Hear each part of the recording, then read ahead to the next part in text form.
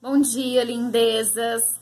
35º desafio da beleza hoje, segunda-feira, mais uma semaninha começando, que seja produtiva e positiva para todas nós. Para algumas vai ser uma semana mais curta, né? Porque tem um feriadinho aí, bem prolongado por sinal, que tem dia 15 e dia 20, né? Mas para alguns meros mortais, como eu, não temos, é uma semaninha normal. Falando de semaninha normal, já tô aqui com a minha roupinha de faxina, que hoje eu sou dona de casa, já tô com meu óleo de coco no cabelo. Eu só fiz uma trancinha aqui pra disfarçar um pouco, que eu já tava com o meu birote. A faxina já começou, a máquina de lavar já tá até quente lá fora de tanto bater. Mas eu precisava compartilhar com vocês hoje, segunda-feira, nosso desafio do dia. Vocês já perceberam que a gente já tá falando bastante sobre o nosso tratamento interior, que a beleza, ela não depende só de cuidarmos da parte exterior. Eu fiz a unha falando nisso, ó, lembra de quando a gente fez o desafio de fazer as unhas? De lá pra cá eu não parei mais, que delícia, tô até orgulhosa. Só que eu tenho que ficar com esmalte escuro, porque minha unha vive manchada de tinta, de matizador, então tem que ser esmalte escuro. Francesinha é só numas férias aí, um final de semana prolongado. Mas voltando ao desafio, a gente tem tratado muito a nossa parte interior. É muito comum, você deve já ter notado isso, às vezes você bate o olho numa pessoa, ela não é tão bonita fisicamente, mas depois de um certo tempo convivendo com ela, a gente nota o quanto ela é bonita por dentro e ela passa a ser bonita por fora. Por isso toda essa necessidade da gente cuidar do nosso interior.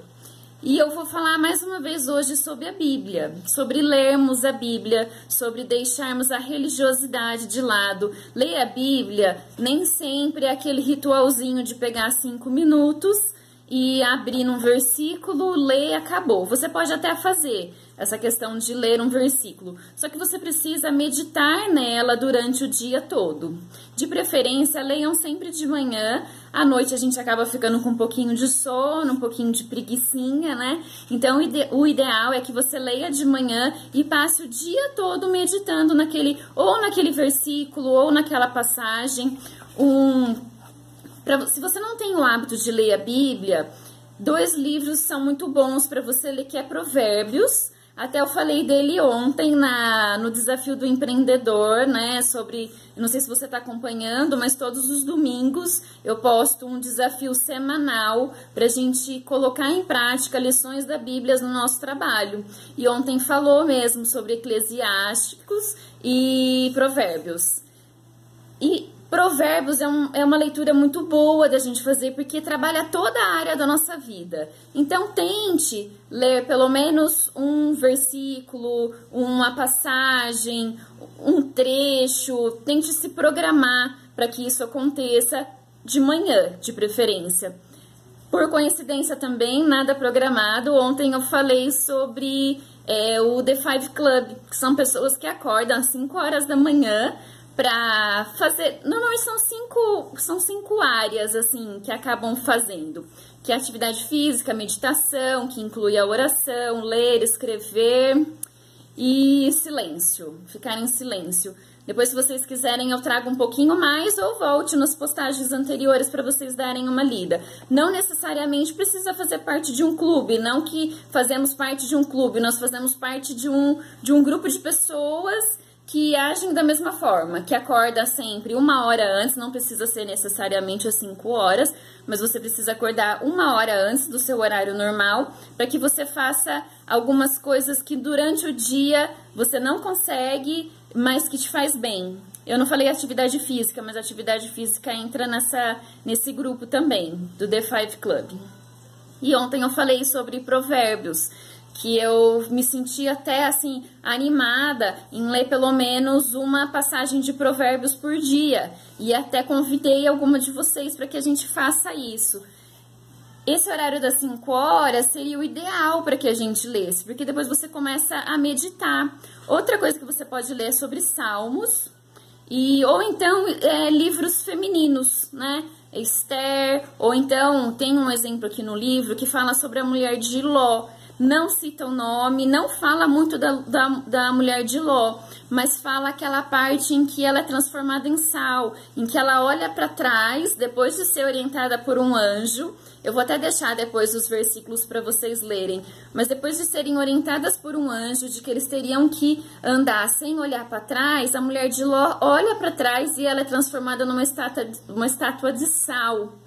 E aí, numa simples frase como essa, numa simples passagem como essa, tem um monte de perguntas que você pode fazer e que você pode meditar nelas. A primeira observação que eu coloco para vocês, quando vocês forem ler a Bíblia, a gente precisa fazer uma oração antes, para que Deus fale com a gente, para que Deus toque no nosso coração, porque às vezes você lê uma passagem hoje e ela é te tocada de uma forma, você vai ler a mesma passagem daqui uma semana, duas, ela te toca de outra forma. Então é muito bom para que você entre em oração, primeiro para que você se prepare na leitura da Bíblia. A Bíblia você não pode ler como um livro normal, de ficar folheando, lendo como se fosse um livro. É bom para te trazer conhecimento, né, sobre as coisas de Deus, sobre a história de Deus. Mas para você meditar nela, você precisa fazer uma preparação, como se fosse um ritualzinho mesmo, né, de comunhão com Deus. Então, peça para que ele fale com você, que ele toque seu coração inicialmente. Eu vou até depois passar para vocês algumas dicas de como você lê a Bíblia. Mas a oração inicial, ela é muito importante. E você meditar nela, não só naqueles 5 minutos que você está lendo e que você deixou para ler a Bíblia, mas para que você medite durante o dia todo. A exemplo da esposa de Ló, o que a gente pode tirar e meditar com isso?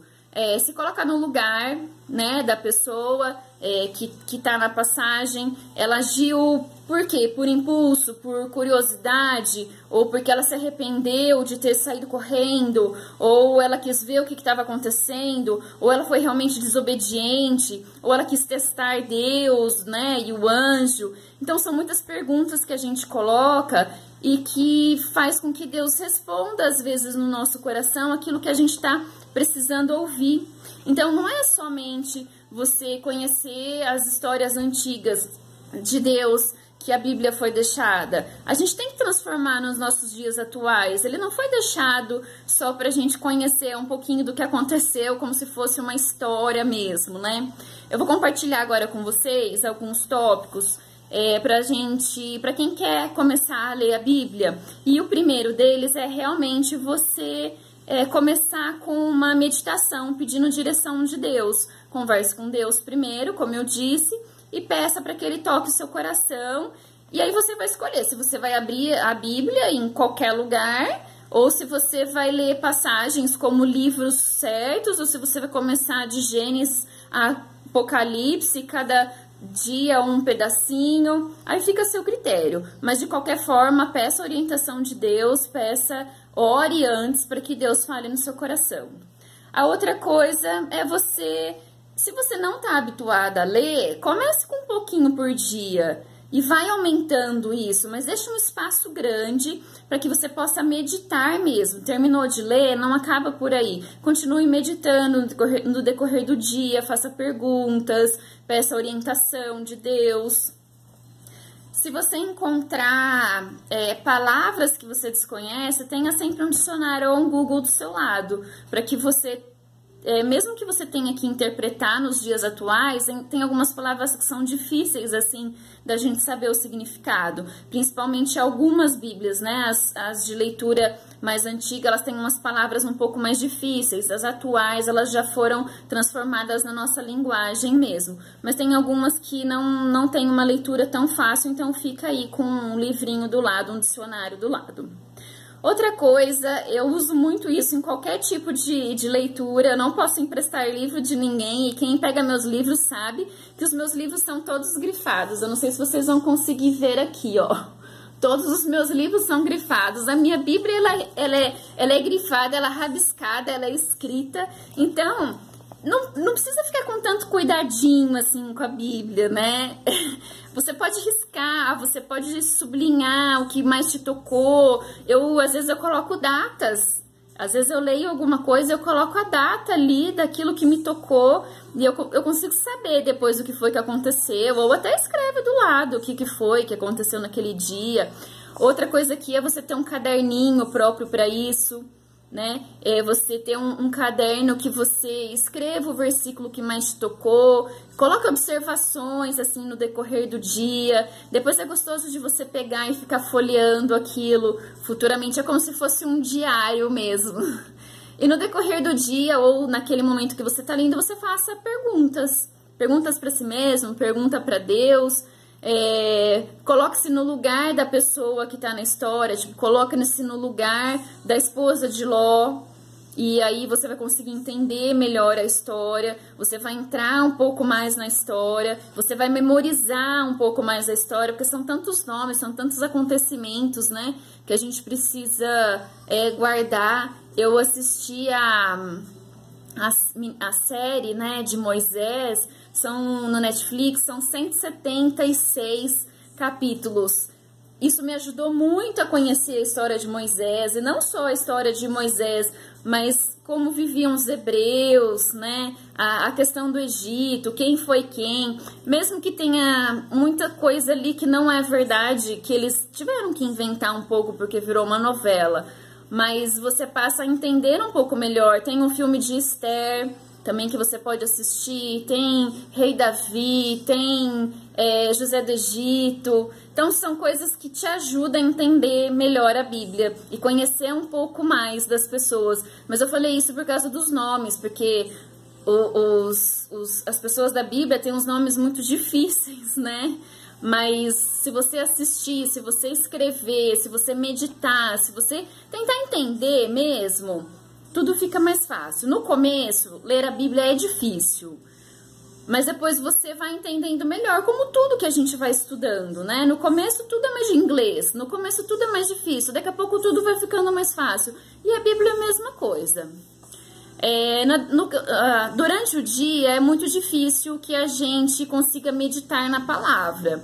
Então, se comprometa em ter períodos do seu dia para você meditar. Às vezes você está comendo, você está com o celular na mão, deixa o celular de lado, tenta pegar esse momento para falar com Deus, para meditar na palavra de Deus, no banho, né? Eu falo que o banho e a caminhada são os lugares em que a minha mente fica mais vazia e ao mesmo tempo é quando fica mais cheia, porque é quando eu consigo mesmo colocar todas as minhas ideias em ordem. Às vezes quando eu vou fazer caminhada, eu ando com o meu celular, porque eu fico, se vocês me verem caminhando com o celular na mão escrevendo, eu não tô respondendo mensagem, eu não tô em rede social, eu tô botando alguma ideia ali no meu bloco de notas. Então, ou você deixa seu celular, ou tenha sempre um bloquinho. Eu também sempre tenho na minha bolsa um caderno de rascunho, onde eu marco minhas ideias, onde eu marco o que eu tenho para fazer. Eu sou cheia das anotações mesmo, viu? Se vocês pegarem minha bolsa, tem a minha agenda,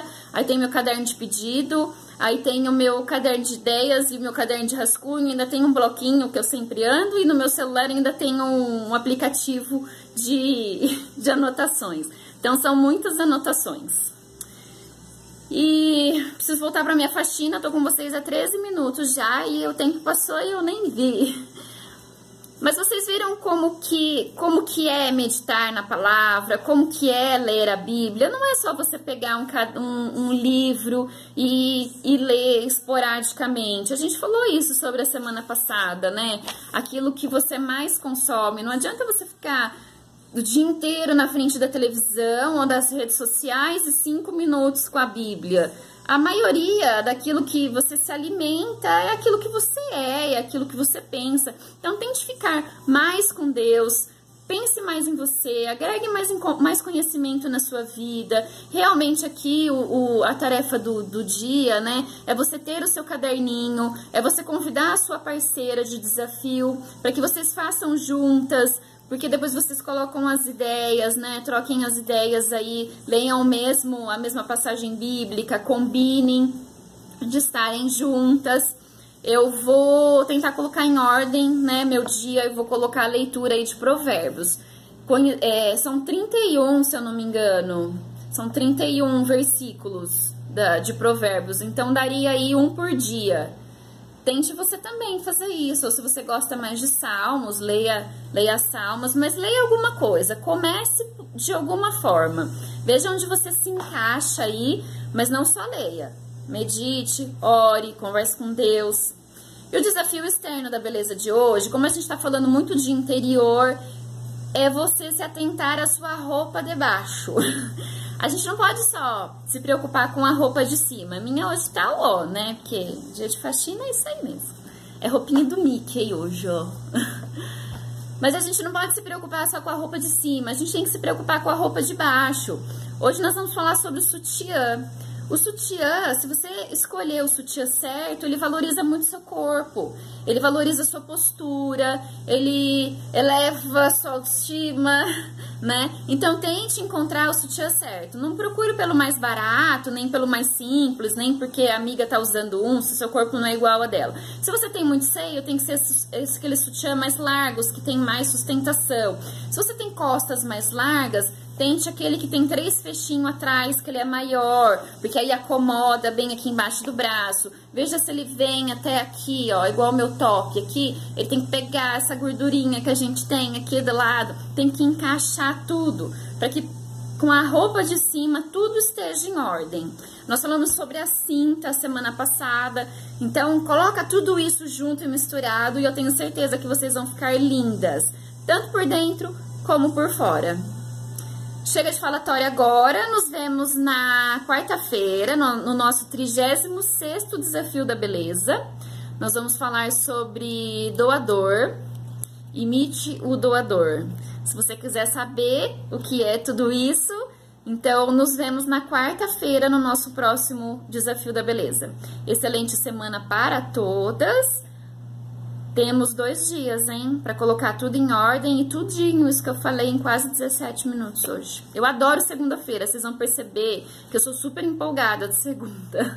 Não que eu não seja os outros dias, mas eu sou apaixonada por segunda. É o dia que eu cuido da minha casa, é o dia que eu vou no varejão, que eu descasco fruta, que eu pico fruta, que eu lavo meus legumes, que eu preparo meu cardápio da semana. É o dia que eu levanto e que eu tomo meu café de roupão. Coloco minha casa em ordem, limpo minha casa. Não tem coisa mais gostosa do que casa limpa. Cuido dos cabelos. Hoje eu já passei óleo de coco, depois eu hidrato, matizo. No fim da segunda-feira eu tô destruída, né? Mas nada que uma noite de sono não resolva. Ótimo dia pra todas. Beijo!